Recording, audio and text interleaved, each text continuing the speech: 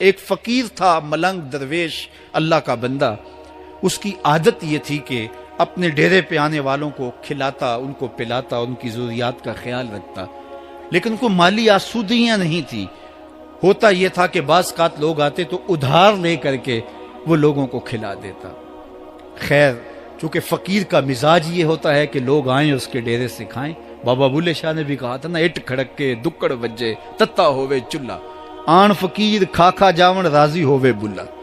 یہ فقیروں کا مزاج ہے. تو جو بھی آتا اس کے ڈیرے سے کھاتا اور وہ ادھار اٹھا اٹھا کے لوگوں کی ضروریات کو پورا کرتے رہتے. وقت آخر آ گیا، جن لوگوں نے ادھار دیا تھا وہ سارے تقاضا کرنے آ گئے. اب بابا جی کو کیا فکر لاحق ہے کہ یہ میرے مہمان اور میں ان کو کچھ پیش کرنے کی صلاحیت نہیں رکھتا. ایک بچہ تھا، وہ کچھ سامان بیچ رہا تھا، پتیسا بیچ رہا تھا یا کوئی اور چیز بیچ رہا تھا. اس نے گلی سے گزرتے ہوئے آواز لگائی، خادم کو کہے سے بلا کے لاؤ. کہا تم بیچ رہے ہو تو میرے مہمانوں کو کھلا دو. بچہ بڑا خوش ہوا کہ میں سارا دن گلیوں میں گھوم کے یہ پتیسا بیچنا تھا، اب یہ ایک جگہ ہی سارا فروخت ہو گیا تو یہ تو موج لگ گئی، میں جلدی گھر چلا جاؤں گا، میری ماں خوش ہوگی.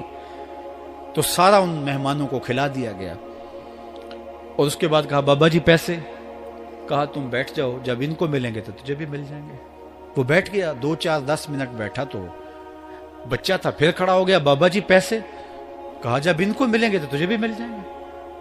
پھر آدھا گھنٹہ گزرا تو پھر اس نے کہا بابا جی پیسے؟ میری ماں میرا انتظار کر رہی ہے، ہمارے گھر کا چولہا اسی سے جلتا ہے، میں یہ پیسے لے کر جاؤں گا اور میری ماں کوئی ہنڈیا خریدے گی اور ہم شام کا گھر کا کوئی سلسلہ کریں گے.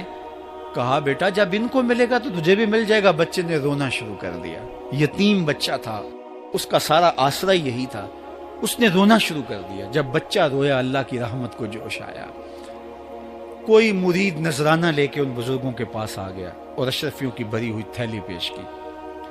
وہ اتنے پیسے تھے کہ اس بچے کو بھی دیے، جتنے لوگ آئے تھے سب کا قرض چکایا. کہا جاؤ گھروں کو. تو سب نے کہا بابا جی ہم صبح سے بیٹھے ہوئے تھے تو یہ نذرانہ دینے والا صبح سے نہیں آیا تو اب کیسے آ گیا؟ کہا صبح سے تمہارے اندر کوئی رونے والا نہیں تھا، ایک رونے والا آیا تو باقیوں کا بھی کام بن گیا. بعض اوقات کسی ایک شخص کی وجہ سے باقیوں کی خطائیں بھی معاف ہوتی ہیں.